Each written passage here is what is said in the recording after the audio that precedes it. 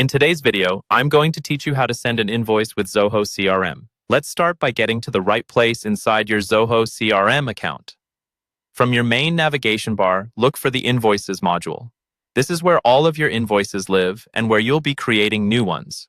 Depending on how your CRM is set up, you might also see options to create an invoice directly from an account, a contact, a quote, or a sales order record.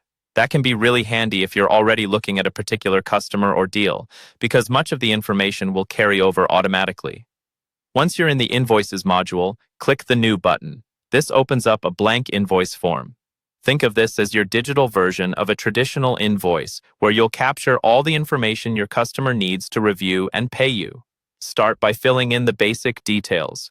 Choose the customer or account name and make sure you select the correct record so the invoice is associated with the right contact. Then, set the invoice date, which is usually today's date or the date you want the invoice to be issued. Next, add the due date. This defines your payment terms, such as net 15, net 30, or whatever period your business normally uses. Being clear and accurate here helps avoid confusion or late payments. Now, move down to the product details section. This is where you specify exactly what you're billing for.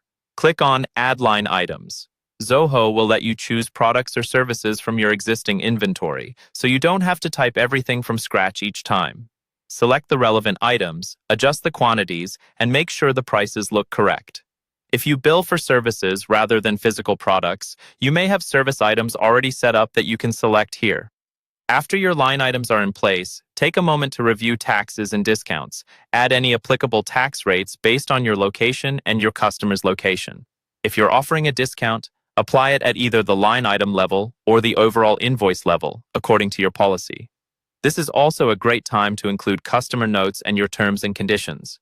Use the Notes section to add helpful context, like a quick thank you message or a reminder about what the invoice covers, and use the Terms and Conditions area to outline payment instructions, late fees, or refund policies. When everything looks good, click Save to store the invoice in your system. If you're ready to send it to the customer right away, you can choose Save and Send instead, which both saves the invoice and opens up the sending options so you can deliver it directly from Zoho CRM.